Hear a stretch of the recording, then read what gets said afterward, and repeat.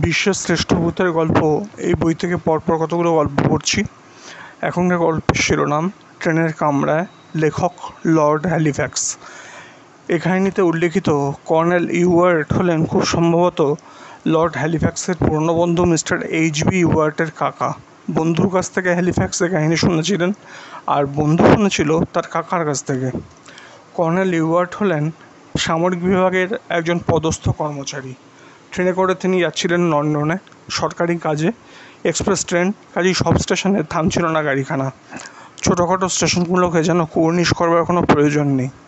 Colonel সাহেবের কামরায় আর কেউ নেই, তিনি একলা। ট্রেনের ঝাঁকুনি আর দুলুনিতে তার ঘুম ঘুম আসছিল। ঝিমোতে ঝিমোতে একসময় তিনি ঘুমিয়েই পড়লেন। কতক্ষণ ঘুমিয়েছিলেন বলা শক্ত, কিন্তু জেগে উঠে কর্নেল দেখলেন যে তিনি আর একলা নন, আরেকজন তার কামরায় উঠেছেন। হ্যাঁ, তা তো উঠতেই পারেন। কর্নেল তার সিটটা রিজার্ভ করলেও গোটা কামরাখানা তো আর রিজার্ভ করেননি। কামরার দ্বিতীয় যাত্রী একজন মহিলা, তিনি কোণের একটা আসনে বসে আছেন। ইউয়ার্ট যখন ঘুমিয়ে পড়েছিলেন তখন কোনো এক স্টেশন থেকে এই মহিলা গাড়িতে উঠেছিলেন। মহিলার পরনে কালো পোশাক, মুখে ক্রেপের অবগুণ্ঠন।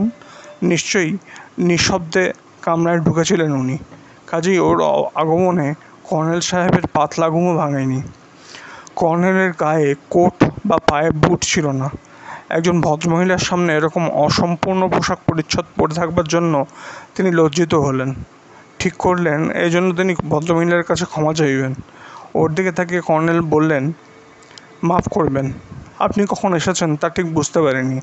আমার অসম্পূর্ণ পোশাকের জন্য আমি খুবই লজ্জিত।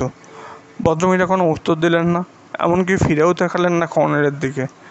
মহিলা বোধহয় কানে খাটো।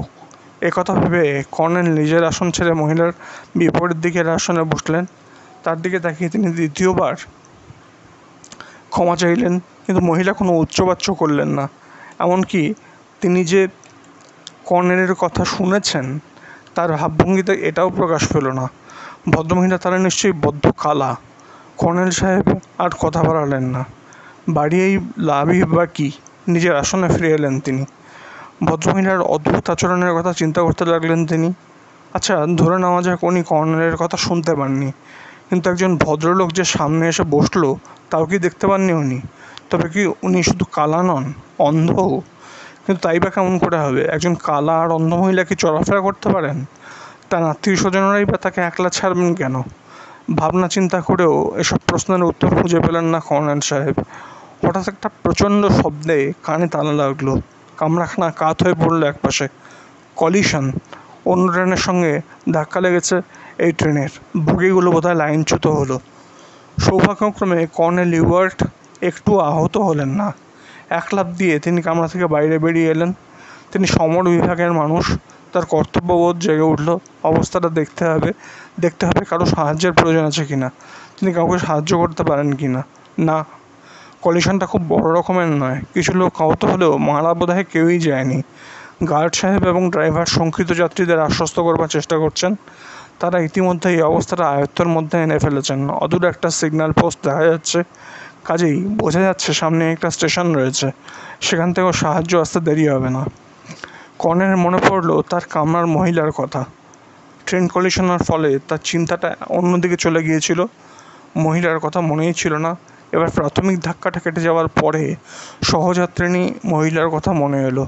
দেখা যাক সে মহিলার কী হলো। মহিলাটি ভয় বা আঘাত পেয়েছেন কি না সেটা দেখা দরকার। ফিরে এসে কর্নেল দেখলেন কামরা খালি। সহযাত্রিণী নেমে গিয়েছেন। কোথায় গেলেন তিনি? গার্ডের কাছে গিয়ে কর্নেল জিজ্ঞাসা করলেন, আমার কামরায় যে ভদ্রমহিলা ছিলেন তিনি কোথায় গেলেন? আপনার কামরায়? ভদ্রমহিলা? অবাক হয়ে গার্ড সাহেব পাল্টা প্রশ্ন করলেন। হ্যাঁ, উনি বোধহয় কানে খাটো, উনি আঘাত পাননি তো? কিন্তু আপনার কামরায় তো কোনো প্যাসেঞ্জার ছিল না, থাকবেই বা কী করে? দরজা তো বন্ধ করা ছিল। আমি তো খোলা দরজা দিয়ে নেমে এসেছি। তাহলে প্রচণ্ড ধাক্কায় দরজা খুলে গিয়েছে। তবে ভদ্রমহিলা কী করে কামরায় ঢুকলেন? কোনো ভদ্রলোক বা ভদ্রমহিলা আপনার কামরায় ঢুকতেই পারে না, গার্ড সাহেব দৃঢ়স্বরে বললেন। কেন? শুনুন স্যার, এই ট্রেনখানা ছেড়েছে কার্লিসলি স্টেশন থেকে। পথে কোনো ট্রেন থামেনি, পথে কোথাও ট্রেন থামেনি। তাছাড়া আপনার কামরা লক করা ছিল, কাজেই কোনো লোক উঠবে কী করে? কিন্তু আমি ঘুম ভেঙেছে ভদ্রমহিলাকে দেখলাম। স্খলিত স্বরে কর্নেল বললেন, আপনার ঘুম ভাঙেনি, আপনি স্বপ্ন দেখেছেন। আপনার ঘুম ভেঙেছে কলিশনের শব্দে। মৃদু হেসে গার্ড বললেন। গার্ডের ব্যাখ্যায় কর্নেল সাহেব কিন্তু সন্তুষ্ট হতে পারলেন না।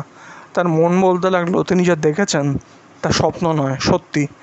রহস্যটা পরিষ্কার হলো লন্ডনে যাওয়ার পরে। কর্নেল জানতে পারলেন যে বছর আগে এক নববিবাহিত দম্পতি ওই তারিখে ট্রেনের ওই কামরায় লন্ডনে যাচ্ছিল। স্বামী বাইরে কি একটা দেখবার জন্য জানলার বাইরে মাথা নিয়ে এসেছিল। বেচারা ঝুঁকে পড়েছিল একটু বেশি। এক্সপ্রেস ট্রেন তখনও দুরন্ত গতিতে ছুটছে। হঠাৎ একটা তারে তার মাথাটা আটকে গেল। মাথাটা খুলতে পারল না ও। মুহূর্তের মধ্যে ওর মুন্ডহীন দেহটা আছড়ে পড়ল কামরার মেঝেতে। পরে স্টেশনে দেখা গেল নববধূ তার স্বামীর দেহের পাশে বসে ঘুম পাড়ানি গান গাইছে। আচমকাই দারুণ আঘাতে মেয়েটি উন্মাদ হয়ে গিয়েছে। উন্মাদ আশ্রমে নিয়ে গিয়ে মেয়েটির চিকিৎসার বন্দোবস্ত করা হয়েছিল, কিন্তু ওকে আর সুস্থ করা যায়নি। কিছুদিন উন্মাদ আশ্রমে রইল মেয়েটি। দিন দিন ও কেমন যেন শুকিয়ে যেতে লাগলো। শেষ পর্যন্ত বাঁচল না মেয়েটি। বছর না ঘুরতেই মারা গেল। কাহিনী শুনে স্তম্ভিত হয়ে গেলেন কর্নেল ইওয়ার্ড। নির্মাদভাবে অতৃপ্ত আকাঙ্ক্ষা নিয়ে যে তরুণী অকালে মরণের কোলে ঢলে পড়ল, তারই বিদেহী আত্মা কি সেদিন দেহধারণ করে কর্নেলের কামরায় এসেছিল? এ প্রশ্নের উত্তর কে দেবে?